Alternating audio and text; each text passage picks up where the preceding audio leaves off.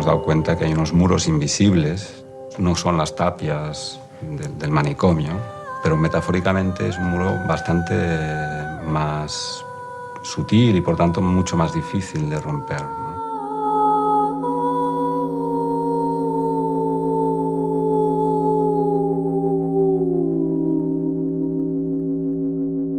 Mi hermano lleva 13 años ingresado. En mi familia hubo un joven, hay un joven que tiene una enfermedad mental. Pero verdaderamente eso me demostró que nadie estamos libres de tener un día esta enfermedad. Y eso me llevó a luchar.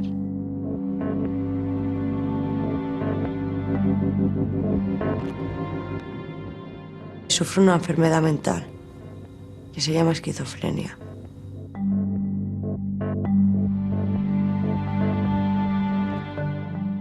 No pensaron que yo tenía problemas. Para mi madre lo más importante era ponerme un plato de comida y que estuviera bien físicamente. Psíquicamente eso era una utopía, ¿no? Tengo un hermano que una vez me echó en cara que él había vivido la misma situación familiar que yo y no había caído enfermo.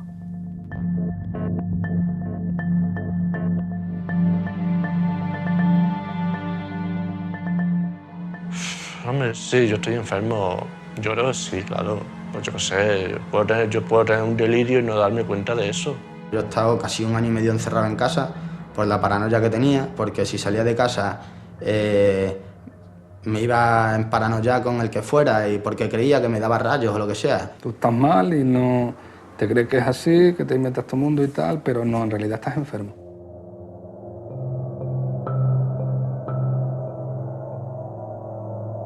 Yo creo que nadie sabe lo que es la esquizofrenia.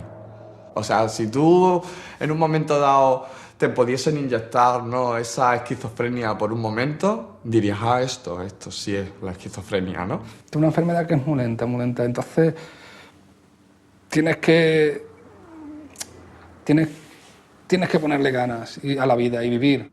A ver, es que en momentos puede ser como un agujero con mogollón de eco oscuro, ¿no?, que van apareciendo como flashes, ¿no? O, no sé, como una cueva, ¿no? Como que te oyes tú o incluso esas mismas voces te vienen en el eco, pues proyectadas de otra, como una conversación o con olores.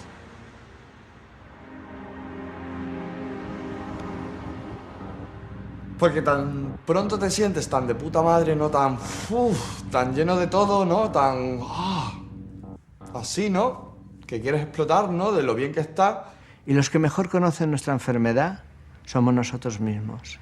O estás de marrón, que no quieres salir, que no quieres ducharte, que no quieres nada, que no te vea nadie, que no... Esa cueva, ¿no? Te metes como en tu cueva.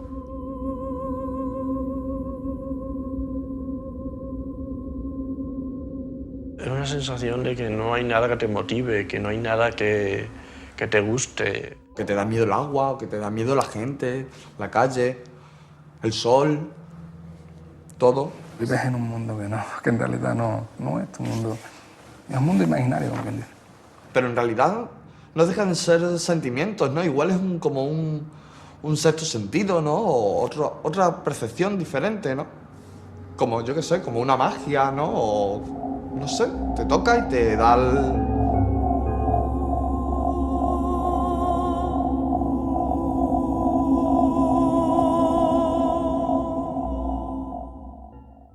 Claro, para nosotros, para los psiquiatras, la esquizofrenia es la enfermedad clave, porque reúne toda la psicopatología, todos los síntomas más característicos de las enfermedades psiquiátricas, porque es el prototipo de lo que se llama loco. Viene a representar la locura, quiere decir, viene a representar el momento que una persona tiene un proceso que rompe con la realidad.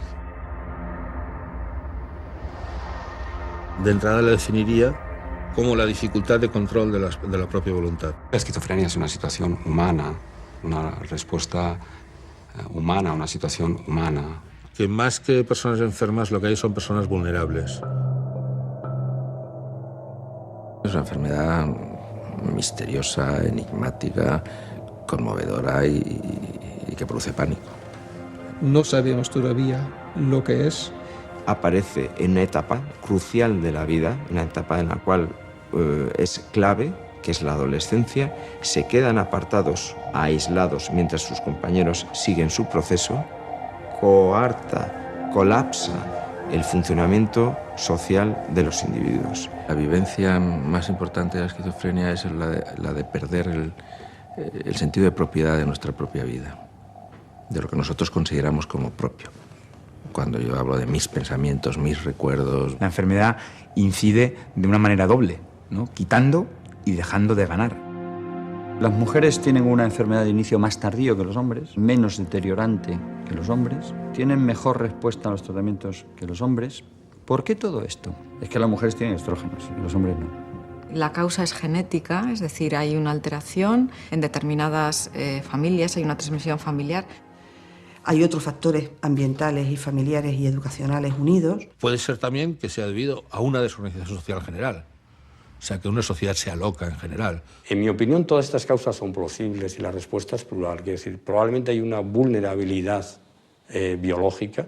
El que la causa sea biológica o sea esto puede ser importante o puede ser irrelevante, porque en el proceso vital aquello puede modificarse. Sobre esa vulnerabilidad actúan una serie de estresores sociales. La pobreza, las condiciones de vida adversas, todo esto. Puede empeorar, puede mejorar, puede quedar absolutamente, se puede decir, bloqueado, ¿no?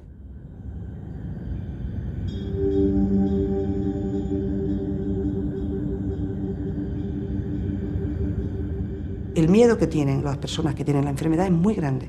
Me asusta a veces las relaciones que tengo con las personas, ¿no? Tantas cosas, me dan miedo tantas cosas que no sé qué decirte.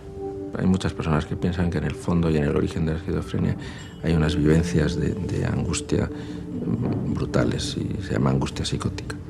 Tienen miedo porque no entienden lo que están viendo, no lo entienden, pero además tienen miedo de descontrolarse, precisamente porque viven situaciones que no controlan. Y yo me sentía mal y empecé como a tener miedo a eso, a tener miedo a ese como conflicto. Que es lo que te aíslas mucho tú también de lo que es en tu entorno. Tienen miedo a poder hacer daño, mucho miedo a poder hacer daño. No quería relacionarme con los demás muchachos, me daban miedo. Dejas de trabajar, dejas de contactar con tus amigos. A mí ya cuando me pongo un poco mal ya enseguida me da mucho miedo, ¿no? Me da mucho miedo la vida. La angustia es el radical básico de la naturaleza humana y es lo que nos enfrenta con nosotros mismos y con la realidad. Y la angustia se manifiesta de dos maneras. Una es como miedo a la muerte y otra es como miedo a la locura. Y esos son los dos miedos más radicales que nosotros tenemos. Buena parte del miedo a la locura es un miedo a nuestra propia locura, que decir, ¿a dónde está nuestro límite? ¿En qué momento nosotros podemos saltar esa frontera a veces tan frágil que nos coloca en el lado de la sinrazón, ¿no? El problema de la esquizofrenia es el miedo a uno mismo. Todo el mundo en algún momento ha vivido la impresión de perder la razón. Eso es una experiencia prácticamente universal. El miedo a la locura no es el miedo a la locura del otro, que si es del otro, que no ¿qué te va a hacer la del otro? No, amiga, es la tuya. Es la tuya. Son tus emociones. El enfermo mental nos toca. O sea, si nos toca en nuestros propios problemas. Al fin y al cabo, lo que sucede a esa persona, que son cosas que tienen que ver con lo que le sucede a uno. Quiere decir que al fin y al cabo todos tenemos dentro más o menos casi todas las cosas que se van a reflejar en distinto nivel.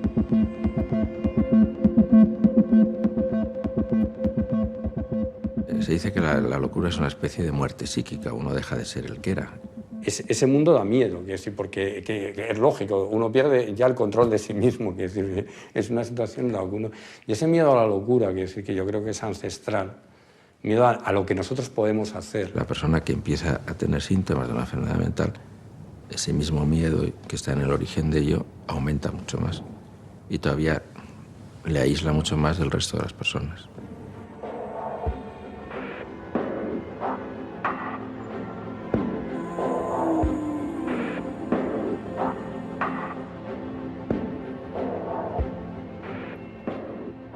Tú no puedes ir tampoco presentándote, oye, yo soy Efrén y tengo esquizofrenia. ¿Cómo es posible que el mundo se haya organizado civilizadamente con unos niveles de exclusión tan grandes y tan justificados socialmente, políticamente, institucionalmente, científicamente, con un grupo de personas tan desgraciadas? Cuando te oyen la palabra esquizofrenia, ya la gente, no sé, echa un poco para atrás. A las que se le suman además, casi en todos los sitios, pobreza y problemas de exclusión. En vez de decir, ese es un esquizofrénico que estaba bastante mal y ahora está como un clavel, ¿sabes? Está de puta madre, ¿no? Pues dice, mira, ese es el loco que hizo tal movida, ten cuidado, ¿sabes? El problema sería de ser aceptado, ¿eh?, en el entorno, o sea, de que seamos capaces de ver comportamientos diferentes. Y esto cuesta muchísimo. En el diccionario español tendríamos que buscar alguna otra palabra que tuviera unas connotaciones a veces tan macabras como la palabra esquizofrenia, ¿no? Que él y que en general las personas con trastornos de salud mental eran Don Quijotes, pero que no había Sanchos ya. Y quería transmitir eso, ¿no? Una sensación de aislamiento y de soledad y de ser solitario, ¿no?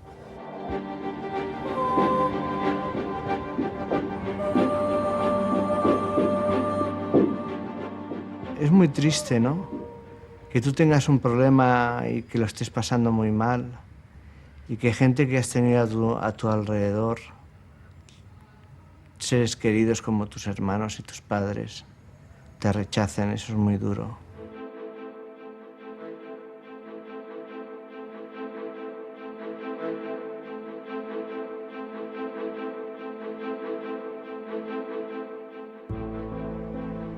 Yo de pequeño he pasado por experiencias que han sido un poco ingratas.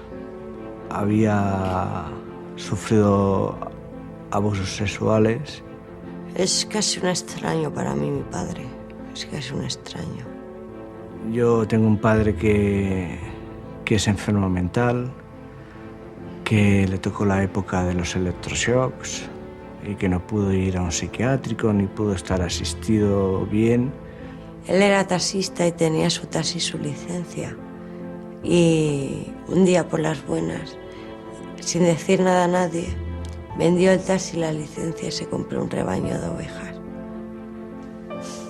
Mi padre falleció cuando yo tenía 9 años. Mis padres se llevaban muy mal, vamos. Entonces, mi madre estaba enferma de corazón y estábamos siempre en casa de mis tíos. Cuando era pequeño, yo iba al pueblo de mi padre y iba a verlo al cementerio. Mi madre, cuando se murió mi madre tenía yo 13 años, cuando murió mi padre tenía 15. Cuando no había nadie, o por la mañana bien temprano, o a plena hora de calor que no había ni Dios, me iba allí, me sentaba, me ponía a hablar con él, me ponía a llorar. Soy el segundo de 3 hermanas. Mi hermano que hacía de padre y mi madre. Y tengo ese complejo de Peter Pan, ¿no? O también influenciado, ¿no?, por un pequeño complejo de Edipo, o igual grande, ¿sabes? ¿Quién sabe, no? Entonces esa persona que digo yo, que había abusado de mí, cumplía en mi casa el rol de padre, ¿no?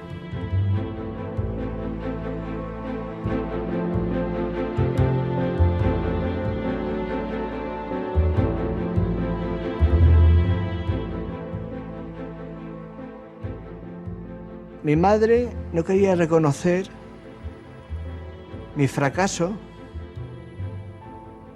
por no asumir que a lo mejor algo en ella había fallado, ¿no? El esquizofrénico generalmente es una persona muy exigente consigo misma, con mucha ansia de perfección. En términos psicoanalíticos tiene un superyo muy alto. Y cuando yo empecé a estar enfermo, ella se sentía como interpelada, ¿no? Y mi familia se sentía interpelada. Y son familias que normalmente transmiten la idea de que tienes que llegar a mucho, tienes que ser mucho o te exijo mucho. Yo es que quizá tengo miedo a equivocarme, a fallar.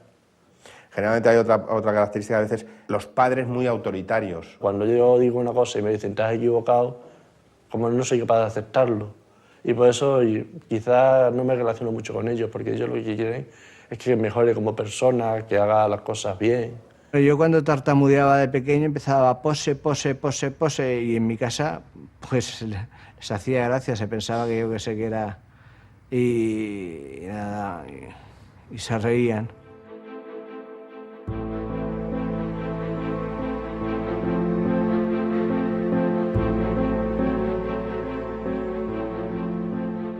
Que soy muy distante, soy como muy desconfiado, me da miedo abrirme a mi familia.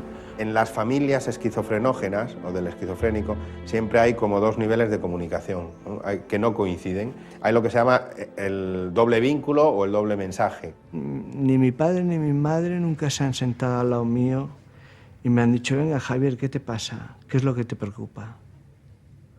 Nunca lo han hecho. Los factores familiares son lo no hablado, lo no dicho y sin embargo sentido y percibido. Y ellos no se acercaban a mí, que eso también era un problema que formaba parte de ellos, ¿no? Muchos latentes, muchas bolsas de comunicación que no se tocan y sin embargo están todo el rato presentes.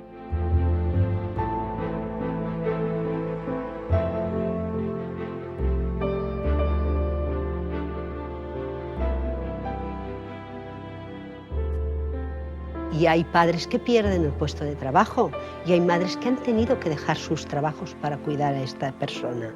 Es que no os podéis figurar cómo se desestructura la familia. Los ingresos económicos cada vez menores y el enfermo es muy exigente. Hagas lo que hagas, pues no le ves mejor. Hagas lo que hagas, no le ves más contento. O sea, es durísimo, ¿eh? Cuando está en plena crisis, ¿contra quién va aquella persona? Contra la familia, que es la que está a su lado. Que el sujeto no se levanta de la cama, que no se incorpora a la vida de la familia, que no quiere comer con nadie, que no se ducha, o sea, que está ahí pues viviendo casi hecho. Eso es una carga. Además, las familias empiezan un peregrinaje buscando la curación. No importa el precio, buscan la curación. No se creen al principio lo que se les dice, porque es muy duro. Una madre o un padre, ¿no? A lo mejor su primer hijo, ¿no? Pues ese hijo que es tanta ilusión que tú tienes, que tal, ¿no? Y que de pronto con 15, con 16, con 17 años, con 18 te plantean que tiene una esquizofrenia, ¿no? Y tú dices, bueno, pero mi niño, ¿no? Y empieza a haber ahí también mecanismos de protección, de no querer ver. Hay dos errores que se cometen. O bien superprotegen al hijo o lo rechazan. No hay una postura media.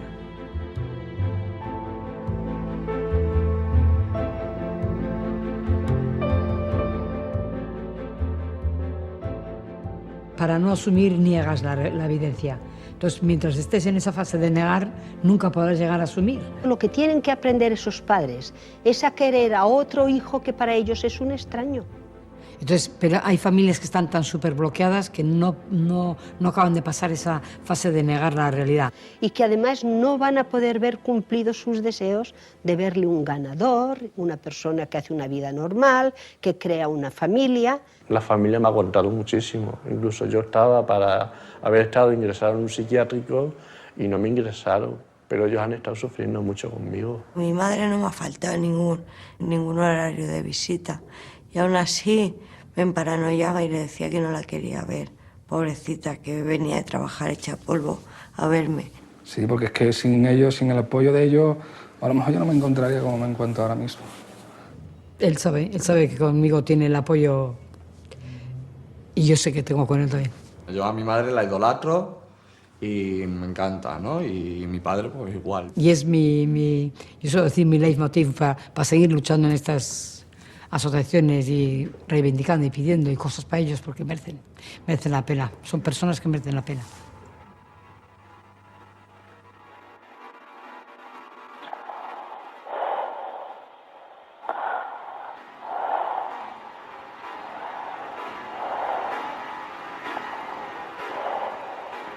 El hecho de consumir, por ejemplo, cannabis, que a la mayoría de la gente a lo mejor no le hace un efecto tan perjudicial, pero aquel que tiene predisposición al desarrollo de la enfermedad, pues sí que va a ser un desencadenante. Según fuimos creciendo ya empezamos a probar los porros, estuvimos varios años solo fumando porros sin consumir nada más.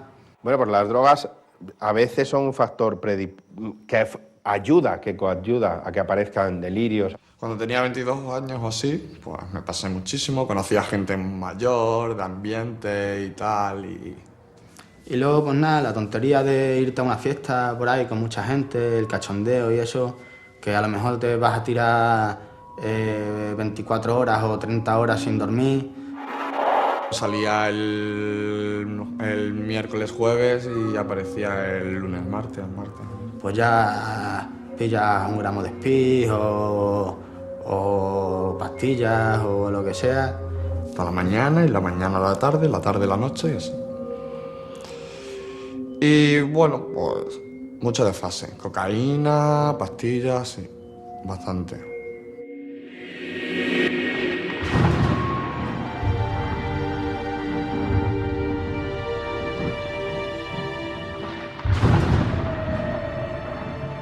Ese tipo de consumo, junto con el alcohol y fundamentalmente cocaína y hachís, desencadena procesos, digamos, psicóticos y cada vez es un patrón de un perfil que se da en la juventud. Empecé a consumir eso sobre los 16 años, lo probaría.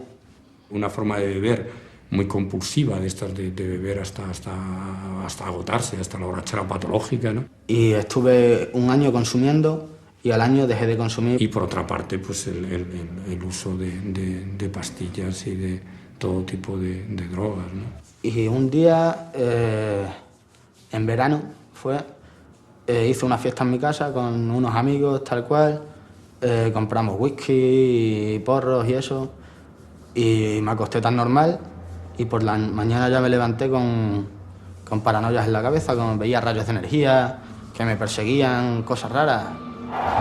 Cuando me noté eso, dejé de fumar porros también y dejé una temporada de beber alcohol y las paranoias seguían a más. Yo me lo callaba, no se lo decía a mi madre.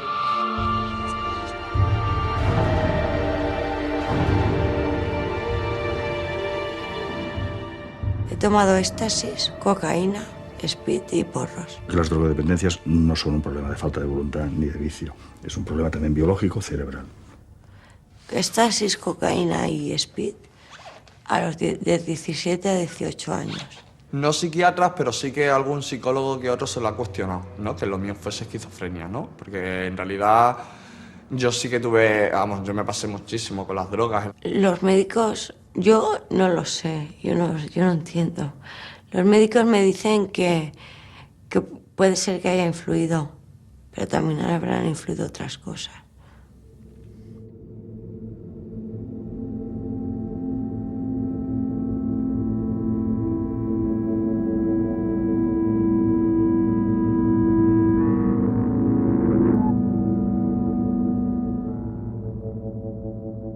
Cuando estalla una enfermedad mental, ya de por sí siempre suele haber una regresión a un estado más primitivo de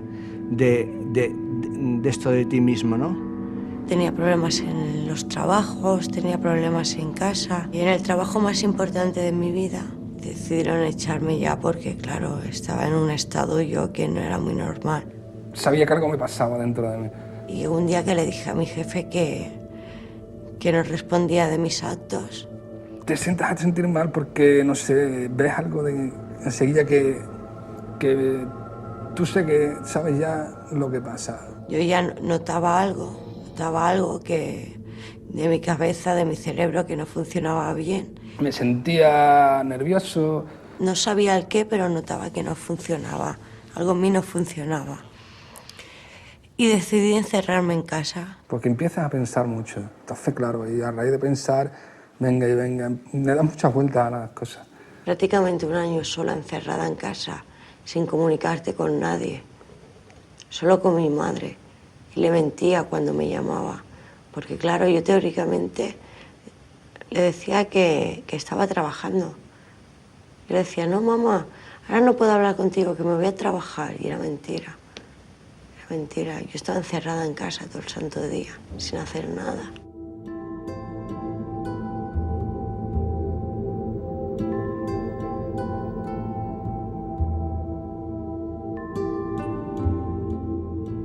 Yo pensaba, yo no soy el loco es el resto de la gente. Al principio pensaba, esta persona es mala, esta también es mala, esta también es mala. Pero llega un momento que piensas, la mala tengo que ser yo. Entonces yo me sentía como cuando era pequeño, ¿no? Cuando tuve el primer choque. Entonces yo tenía sentimiento de culpa y de pecado, ¿no? Tenías una angustia dentro, de rabia, angustia, una mezcla de sentimientos ahí que dices, esto no puede ser, esto tiene que acabar. Yo incluso he pensado en pegarme un cuchillazo en el pescuezo y quedarme en el sitio ya, porque yo decía, me cago en 10, esta paranoia no se me va a quitar en la vida, ¿sabes?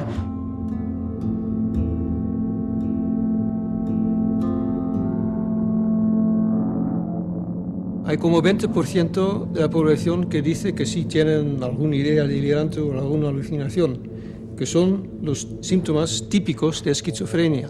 El esquizofrénico va a tener probablemente un pensamiento y una estructura de pensar psicótica, pero él va a vivir en registros que se acercan a los nuestros durante mucho tiempo, es decir, y va a tener episodios, brotes que se llaman, ¿no? Episodios en que en algún momento que hay que controlar.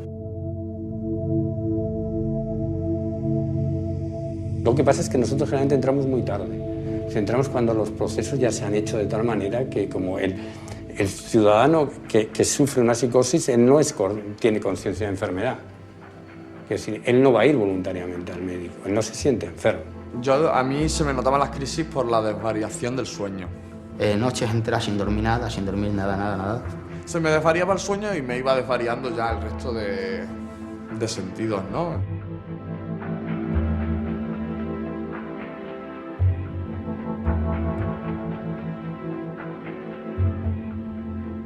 Se distancia de todo, se aísla, se mete en la habitación, no quiere saber nada de nadie y tiene todo un proceso delirante. La falta de respuesta. Alguien le habla al paciente cuando está a punto de tener un brote y él no responde. Lo primero, no saben lo que te está pasando en realidad.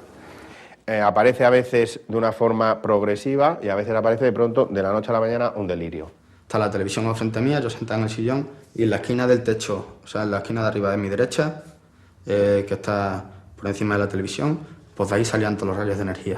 El sujeto tiene una crisis aguda donde empieza a ver que le quieren matar. Es que huyes porque no sabes de qué, sabes que te están persiguiendo y en realidad no lo ves. A lo mejor estaba en mi cama y se me llenaba la habitación de rayos de energía y me tiraba por el suelo, iba ahí como Rambo por el suelo arrastrándome y me metía en la cama de mi madre. Y creía que me perseguía el demonio.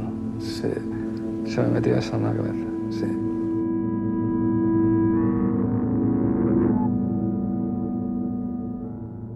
Yo creía que me perseguían maricones por la calle, que me perseguían y que me mandaban rayos de energía. Yo pensaba que me hablaban por la tele. Me estaban como secuestrando mi mente, ¿sabes?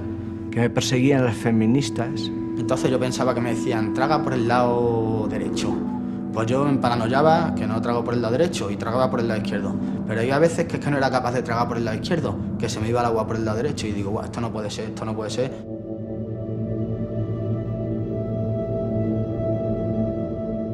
Algunos delirios son agradables. Me creí que era Dios, que iba a salvar el mundo. Creía que todo lo podía. Todo. Agachaba la cabeza para evitar ver la gente cómo se reía, porque a mí eso me excitaba. La gente me llamaba, me hacían así, o me silbaban. Yo levantaba la cabeza y les veía cómo me sonreían, o me tiraban besos. Todo para provocarme. Está escuchando la voz y la está escuchando exactamente igual que tú estás escuchando ahora mismo mi voz. Cuando una persona con esquizofrenia está oyendo voces, el área de la corteza que tiene que ver con la percepción auditiva está activada. Hay partes de su cerebro que de forma disfuncional, porque nada ha venido de fuera, se ponen en funcionamiento y haga que aparezca una palabra cuando realmente desde fuera no se oye nada. Hay quien considera, yo estoy entre ellos, que son una especie de respuesta, sobre todo los delirios, es una respuesta para reconstruir un mundo que está siendo invadido. Pero no es producto de su imaginación. Se rompe, digamos, mi equilibrio psíquico y entonces de repente empiezo a sentir un mundo que yo ya no entiendo.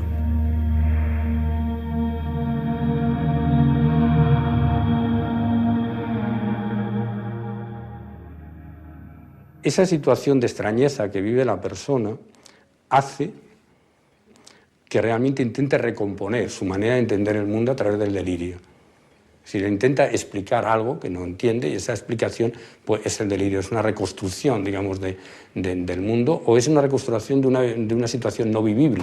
Si él está en una situación angustiosa, él no puede vivir y entonces reconstruye un mundo y ese mundo es un mundo delirante que tiene que ver con una lógica que hoy ya se sabe que no es la lógica del sueño, es una lógica diferente.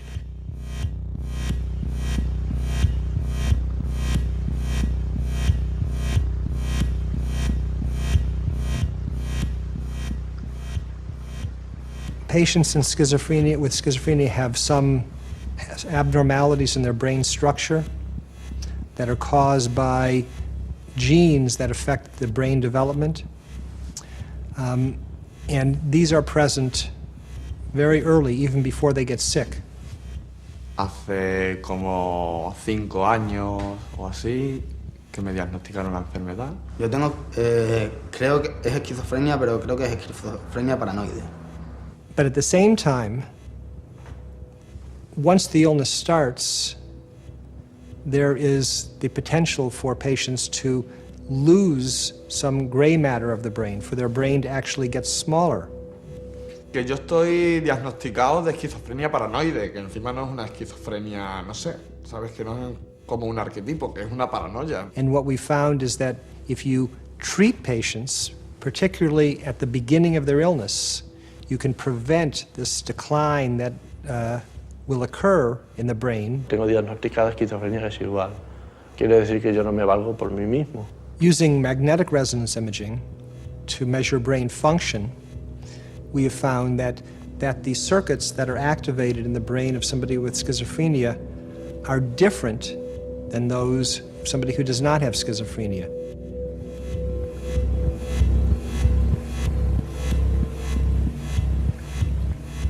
So this suggests that because of the early developmental abnormalities in the brain of somebody with schizophrenia, they have developed alternative pathways or alternative circuits to do normal mental functions.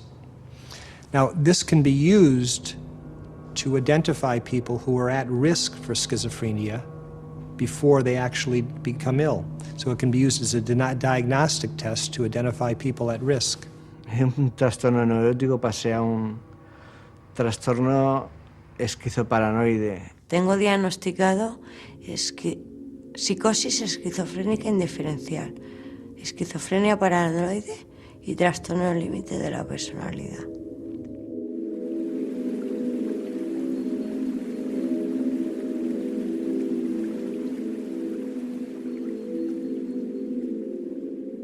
Was what was it in the brain that was producing these symptoms? There are specific neural circuits, specific neurons that communicate with other neurons by chemicals called neurotransmitters. And people with schizophrenia have a disturbance in the regulation of those neurochemical messengers, those neurotransmitters, such that they become overactive. And the two specific neurotransmitters that are involved in this process in schizophrenia are dopamine and glutamate.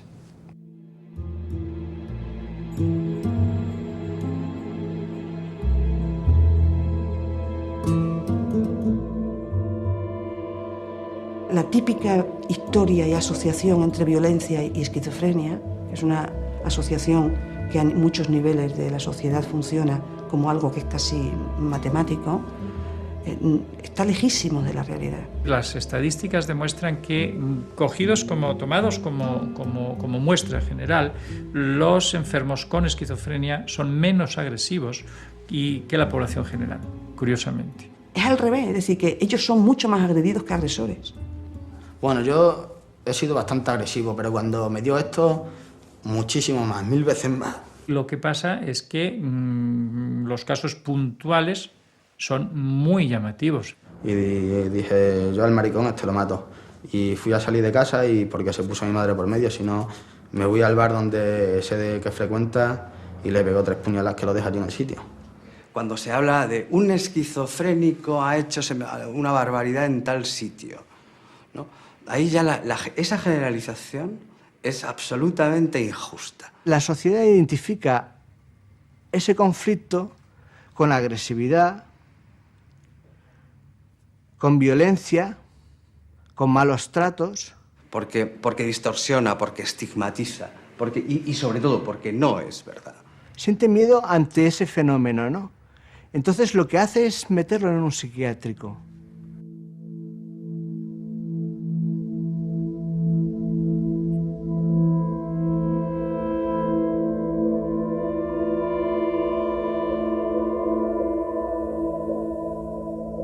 Dicen, o vienes con nosotros o te vas en la ambulancia.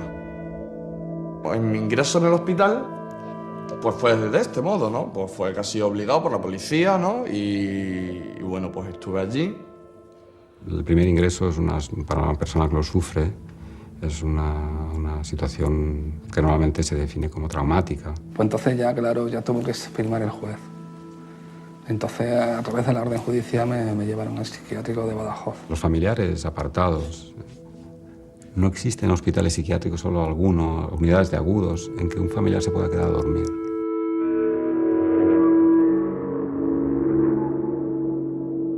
Yo no me fiaba de nadie, pero de nadie.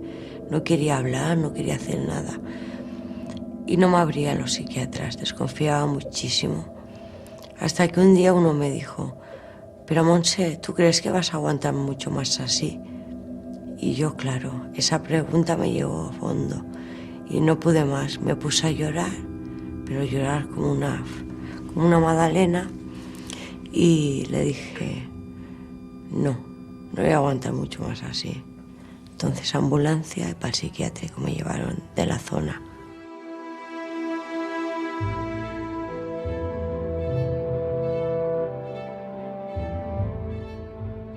Tú imagínate que te encierran con 200 personas, cada una con su problemática, y a la venga, bajo la mano de Dios, 7 días de la semana con sus 24 horas, y tú verás lo que haces, búscate la vida. Y solo te ven para ponerte normas. Todo el día drogado, sin poder hablar, sin poder ver la tele, sin poder escuchar música. Todo el día drogado así, como un zombie. Tú pides, por favor, que me visite un médico. No te visita. Por favor, otra vez, que te visite un médico. No te visita. Acabas perdiendo los papeles. Acabas perdiendo el juicio. No quieres que te aten. Al cabo de 3 horas, cuando el médico puede, te viene a visitar, ¿vale? Te viene a visitar. Entonces, no te escucha. Él no te pregunta, a ver, ¿qué motivos tienes para estar nervioso? ¿Qué te ha pasado? ¿Qué te pasa por la mente? No. Simplemente te da una pastilla de contra más miligramos mejor y vete a dormir, ya se te pasará. Síndrome de la hospitalización es en el momento en que cuando llega un tiempo que está continuamente hospitalizado, sin salir de allí, ciertas conductas ya no se llega a saber bien hasta qué punto es por la situación en sí o pertenecen a la enfermedad, ¿no? Ya todo se une mucho.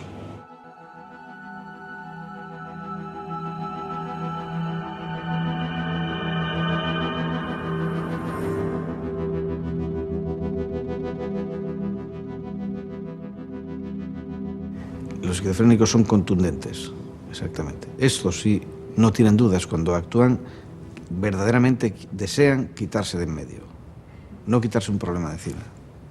Los que más se suicidan, más que los depresivos. O sea, los esquizofrénicos en términos generales calculan que el 15% se suicida, suicidio consumado. Y era como si en ese momento quisiese quedarme dormido, pero quedarme dormido y no despertar jamás, ¿sabes?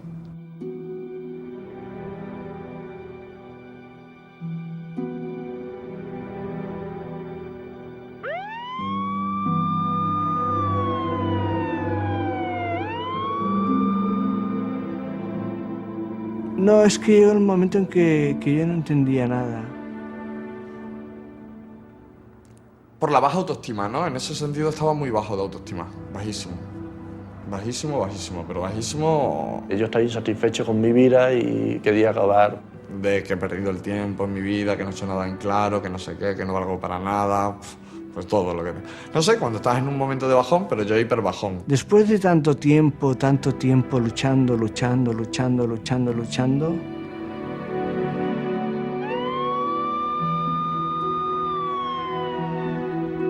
Vamos, yo a veces pienso que yo estar aquí, yo he pensado en el suicidio, yo he estado aquí, pero porque he dicho, vamos a estar aquí. no era una cosa para llamar la atención. Yo realmente estaba muy hecho polvo, ¿no? En ese momento no veía salida. La paranoia te da por eso, ¿sabes? Tengo un bote entero de Transilium y...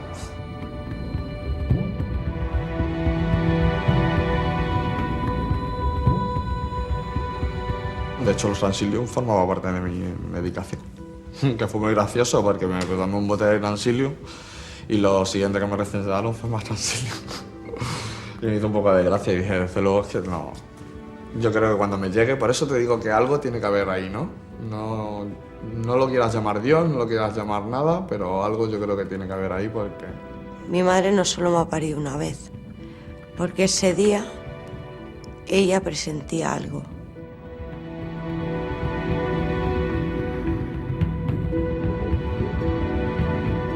No me llamaba cada día y ese día me llamó y solo hacía que llamarme. Hasta desconecté el teléfono. Solo hacía que llamarme, venga a llamar. Y yo no lo quería coger. Lo desconecté, lo volví a conectar. Yo ya me había tomado las pastillas. Hasta que al final lo cogí. Me ahogaba y todo de lo que lloraba. Y me dijo, pero Monse, ¿qué te pasa, hija mía, tanto llorar? Y yo, nada, mamá, nada. Pero dime qué te pasa, qué te pasa. Hasta que al final, tanto insistir, se lo acabé diciendo.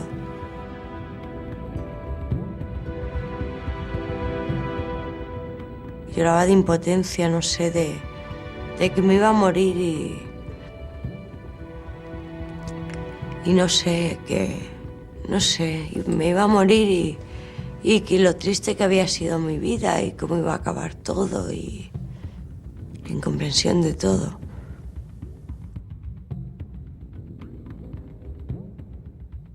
There's two things. First, some people think that schizophrenia, there is no illness, schizophrenia. It's a label that society has put on people who are very creative, very imaginative, and don't want to be conformed to normal social behavior and ways of thinking. This is a romanticized and idealized way of thinking about schizophrenia. It's completely false. It is completely untrue, and it is very harmful to patients to think about it that way. People who believe this advocate that there should be no treatment because there's no illness, and they should not take medications. That is the worst thing that could happen to somebody with schizophrenia.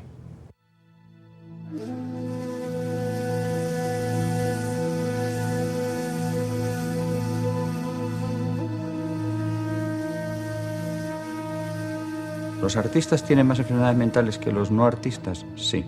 ¿Por qué? Porque lo llevan en los genes. Los artistas tienen una estructura genética heredada que hace que si uno mira para atrás, encontrarás que en la historia familiar de esa persona hay más artistas y más enfermos mentales. Y de alguna manera ese ramalazo artístico se relaciona con otra estructura genética que les hace ser especialmente sensibles, especialmente vulnerables, especialmente afectivos, especialmente nerviosos, especialmente emotivos. Por eso las vidas de los artistas son en general vidas complejas, azarosas, dificultosas. Algunos porque tienen ese trastorno psicológico de fondo o si no lo buscan, por ejemplo, a través de la vida azarosa misma o si no del uso de sustancias. De LSD, de hashish, de opio, de lauda, ¿no? Toda la vida de las vanguardias ha estado llena de utilización de psicodislépticos, ¿no? Y eso les produce una descoordinación, una sensación de incertidumbre y angustia que crea y favorece la creatividad. Es verdad que eso es... Y el crear les apacigua. Luego está el compromiso, porque claro, el artista se compromete con el mundo. manda un mensaje que pretende modificar el mundo, pero el mundo es una pared. Y el fracaso está al cabo de la calle. Y el arte implica tal implicación emocional, tal inversión de energía, tal cansancio emocional que les agota. Y acaban deprimidos, y el suicidio, o la enfermedad mental grave, o la psicosis, o la locura, o el aislamiento, o la ruptura. Sin embargo, una cierta disconformidad con el ambiente, un cierto oposicionismo que probablemente deriva de una cierta inquietud interna de desasosiego y de no conformismo, es fuente de creatividad.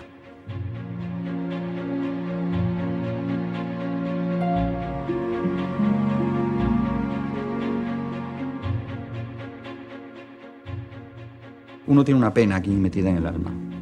Y entonces tiene, yo lo llamaría el aullido interminable, que es la depresión de los artistas, ¿no? El aullido interminable.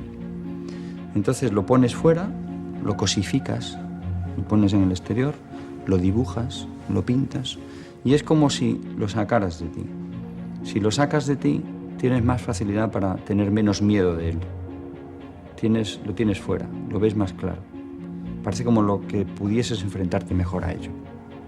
Bueno, escribimos un poema o hacemos una música. Y si encima te sale bonito, tienes un mensaje retroactivo que alimenta tu bienestar, ¿no? Y bueno, esa función terapéutica del arte existe.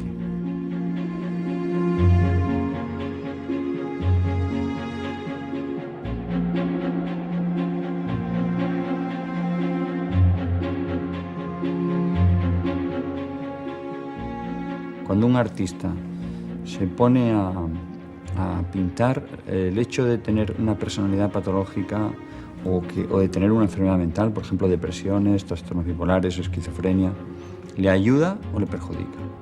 ¿Eso aumenta la inspiración o disminuye la inspiración? Ha habido muchos grandes artistas psicóticos, esquizofrénicos, maníaco-depresivos, Van Gogh, Lautréamont, probablemente Rimbaud, en fin, tantos, ¿no? Kierkegaard, escritores. Pero eran creativos a pesar de estar locos. Es decir, cuando estaban muy locos, muy en brote psicótico, desaparecía su creatividad o disminuía. Eso está demostrado, ¿no? Indefectiblemente. Pienso que cuando están enfermos producen menos y producen peor.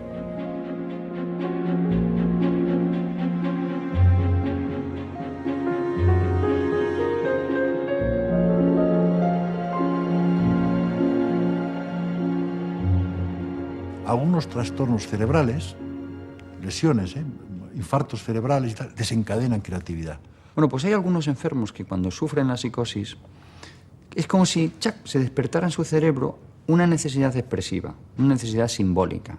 Por ejemplo, de Koenig, el famoso pintor, dejó de crear totalmente y de repente tuvo una demencia y empezó a pintar extraordinariamente y produjo en los últimos años de su vida una enorme cantidad de obras muy importantes.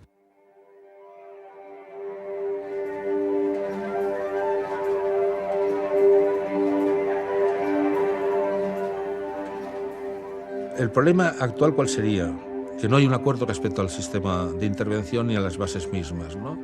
Yo me adscribo a una orientación que se basa en las neurociencias, es decir, en el estudio del cerebro como órgano que genera pensamiento y al mismo tiempo patología de ese pensamiento. Últimamente lo que hay es una vuelta a la psiquiatría tradicional que se había puesto en cuestión, que era la psiquiatría puramente biológica con solución farmacológica. Y que es el estudio del cerebro el que nos va a permitir controlar y curar las enfermedades mentales.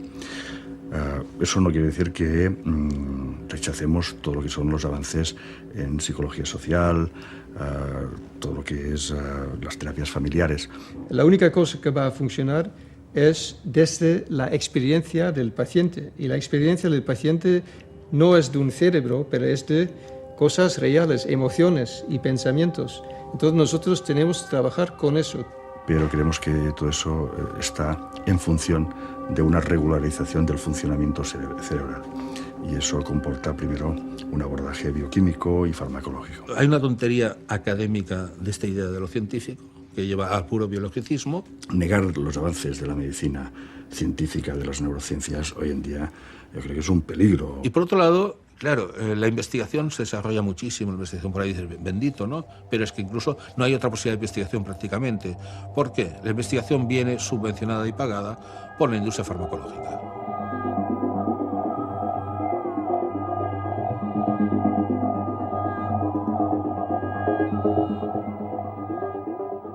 El nivel de un conocimiento científico determinado, en este caso un nuevo avance, que es una farmacología, llega a todas partes en 6 meses. Pero es que si no existieran los psicofármacos, sería un absoluto desastre. La psiquiatría volvería a las catacumbas.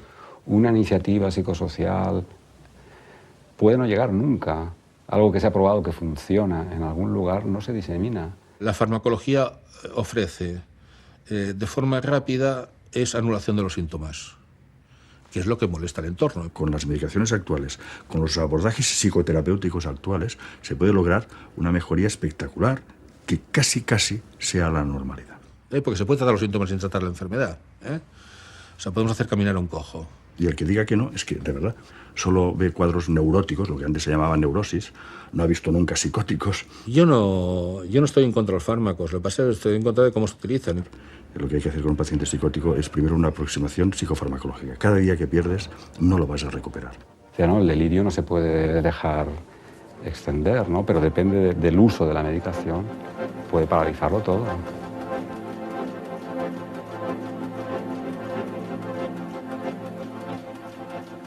Es más fácil dar una pastilla y anularte que estar una hora contigo hablando, intentando saber cuál es el problema que tienes, ¿no? La intervención psicoterapéutica en los servicios públicos de salud mental no se puede dar a todas las personas que lo necesitan.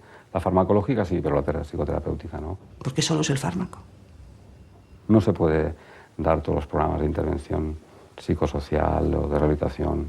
Por un problema de recursos. Por un problema de no querer invertir en el recurso fundamental de la salud mental, que es el equipo humano. No es la tecnología. Culpen ustedes al gestor, al que pone el dinero. Es decir, nosotros compensamos lo mejor posible a un paciente. Que después ese paciente sea una carga para su familia, no lo piden a la psiquiatría, pidan ustedes al gestor, pidan al político que se gasta el dinero en armas o se gasta el dinero haciendo otras cosas.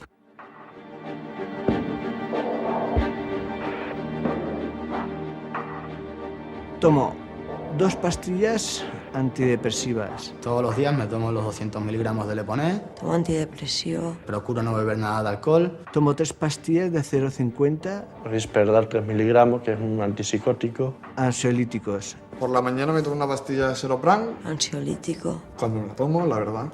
Una pastilla de Leponés al dormir. Tomo antipsicótico. Tengo otra medicación que es un antidepresivo, Serosal. Y tranquilizante.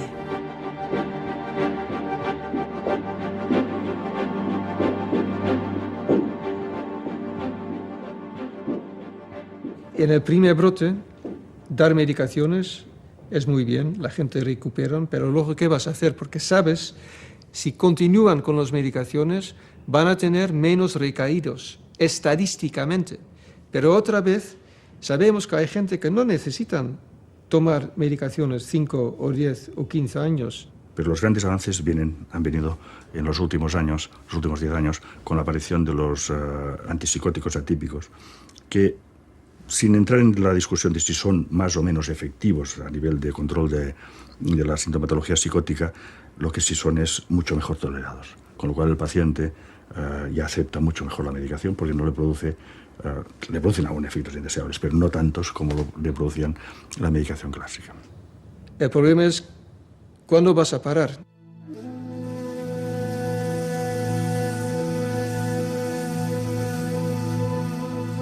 Vas a seguir 20 años o 30 años porque tienen efectos secundarios bastante importantes. Lo que no se puede hacer es prescribir un medicamento y decirle al señor que venga en 3 meses, que es lo que sucede muchas veces. Encima, algunos están con medicamentos retardados, o sea, inyecciones que duran el efecto 3 semanas o 4 semanas.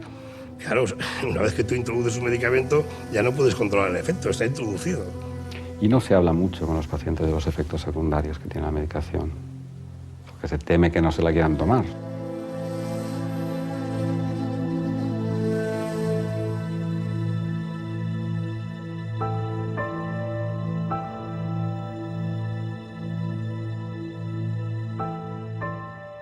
Se ponen feos, engordan, se deterioran. La medicación les influye. Si yo no tengo mucho deseo, me cuesta eyacular. Bueno, me cuesta no eyaculo. La menstruación se me va y se me viene, y me viene cuando quiere. Y tienes efectos extrapiramidales, que mueves mucho las manos, los pies. Y me sale leche de las tetas. Y yo, por ejemplo, cuando tengo muchas ganas de llorar, no puedo, ¿no? Porque me lo impide el antidepresivo, ¿no? Mucha sequedad. Y claro, lo mismo está sedado, entonces no te das cuenta de nada. En teoría, la medicación lo que hace es que los fluidos químicos del cerebro están desordenados. Y la medicación lo que hace es estabilizar esos fluidos químicos. Pero lo que no te dicen los psiquiatras es que por medio de las emociones y de la afectividad, esos fluidos químicos que dicen que están desordenados se pueden ordenar.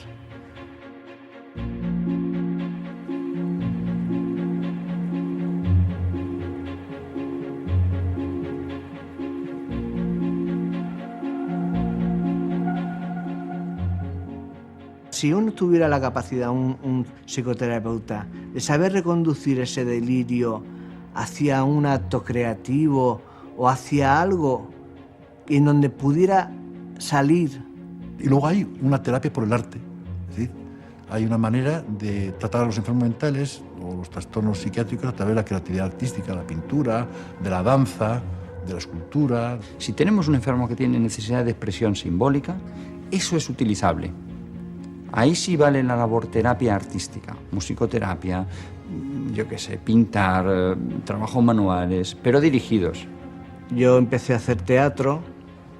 Soy muy vago, vaguísimo. Sí, vago. Fue rehabilitador para mí, ¿no?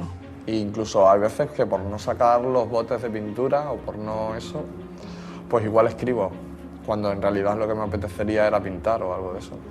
Me hizo sacar la timidez y me sirvió como terapia. Ya luego se puede decir que hay muchos enfermos mentales que han hecho grandes obras en los hospitales psiquiátricos, que es la creatividad de los pacientes psiquiátricos en sí, de los hospitales, pero en general no son de gran calidad. Hay algunas colecciones típicas de Pynchon, etc. Hay un museo de Lausanne, en fin. Ahora ya no le tengo tanto miedo a delirar o a tener alucinaciones, porque sé que mi psicoanalista podría reconducir ese delirio o esas alucinaciones, ¿no?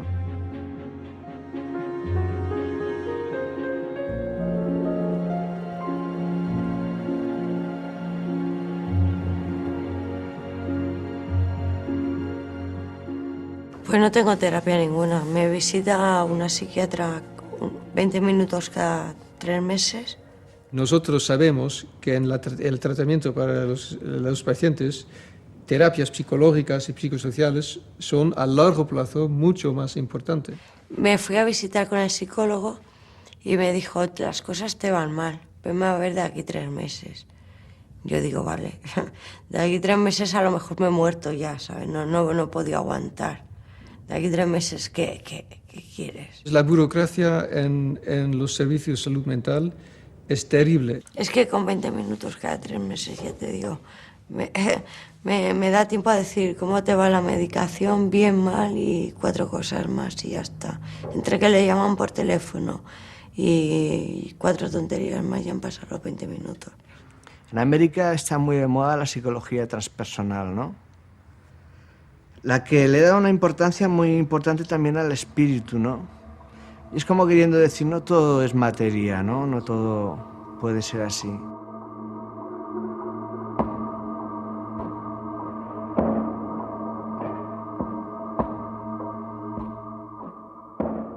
La esquizofrenia es por definición crónica y el paciente que ha empezado con una esquizofrenia a los 15 años sigue teniendo problemas gravísimos toda la vida. La mayoría avanza, si están bien tratados, la mayoría avanza. Hay un dicho, un popular, de la locura no tiene cura y si la tiene no dura. Y yo creo que es verdad. La mayoría de los pacientes psicóticos, esquizofrénicos que no avanzan es que están maltratados.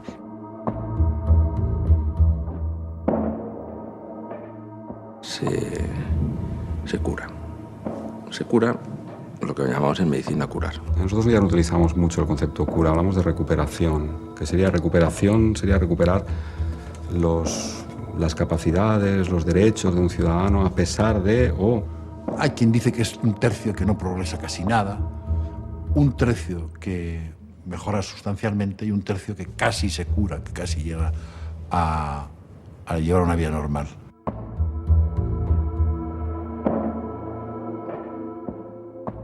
Está bien no desesperarse y es verdad que hemos avanzado mucho y se necesita pensarlo y verlo y además es así, ¿no? El tratamiento de la esquizofrenia es tener esperanza.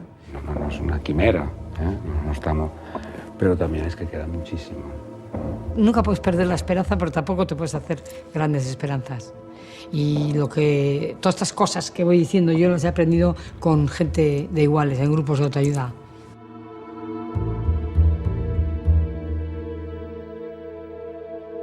Hoy por hoy se puede atender la esquizofrenia, no es un coste, sería un reajuste del dinero. Hay más medios, luego no hay ninguna justificación para hacer las cosas de una forma inadecuada, ¿no? Como psiquiatra, yo solo no voy a poder atender un proceso esquizofrénico. No voy a poder. Hace falta mucha enfermería comunitaria bien formada. Hace falta muchos trabajadores sociales. Muchos trabajadores sociales.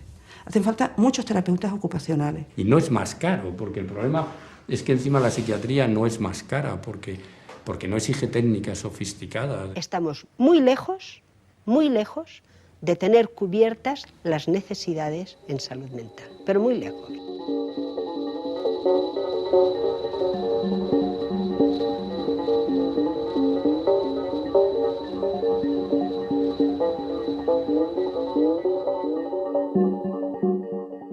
La Organización Mundial de la Salud plantea que va a haber un aumento de la esquizofrenia precisamente en los próximos años por el incremento de factores adversos. No es que cada vez haya más, cada vez se diagnostica más. La OMS está advirtiendo que este va a ser uno de los problemas más graves de la salud en el siglo XXI. Se ha visto que es más frecuente últimamente la esquizofrenia, por ejemplo, en las urbes que en la población rural.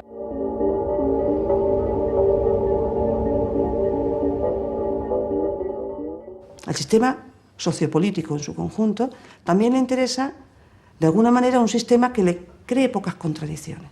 Yo creo que la manera en que una sociedad asume el problema de la desviación y la locura va a definir su talla moral, es decir, su mundo, su talla cultural y moral. Es decir, que en los momentos en que las sociedades son más permisivas, son más solidarias, es cuando se han ocupado los enfermos mentales y los desviados.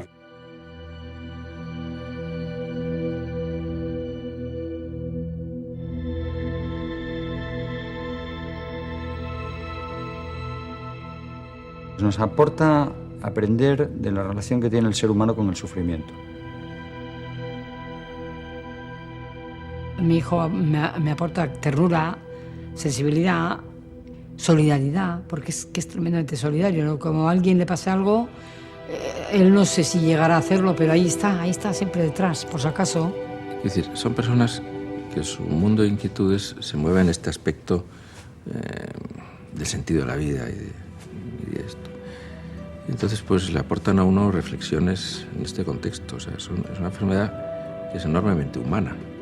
Te aporta también esa ternura que la da cuando está bien y que te produce cuando le ves que está mal y te da muchísimo dolor ver que no le puedes ayudar, porque entre otras cosas mi hijo cuando está mal yo estoy metida en sus...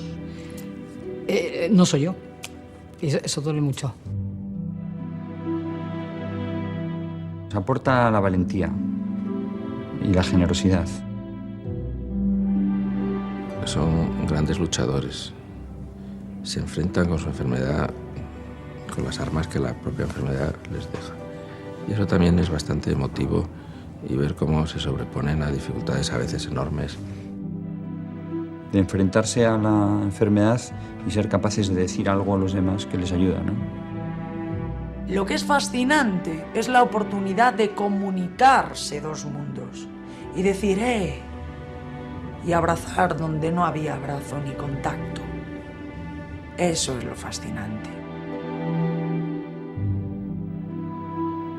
Es que yo no me siento querida por nadie. No soy el mismo que era antes, cuando estaba bien, pero cada vez estoy más cerca de volver a la normalidad. Yo no me veo, yo si te digo la verdad no me veo. No me gusta verme, porque no me gusta lo que veo. Me doy miedo verme a mí misma.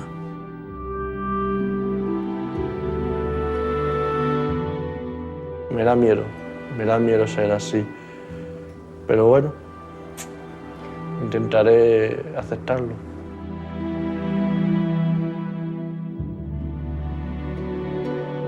Porque sé que tengo una familia y tengo que luchar por ellos. Tengo que luchar por ellos porque es que es lo mejor que tengo.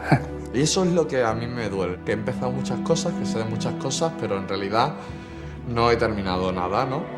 Me da mucho miedo el futuro. Me da muchísimo miedo. ¿Y si yo no hubiese existido?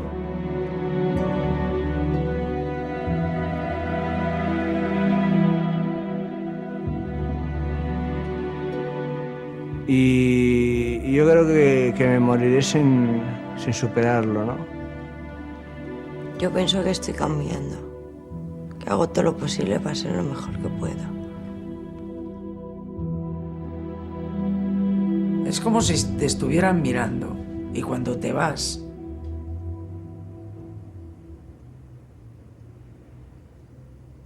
te acercan a tu realidad y te recuerdan a ti, te recuerdan tus miedos y te recuerdan cuando te vas.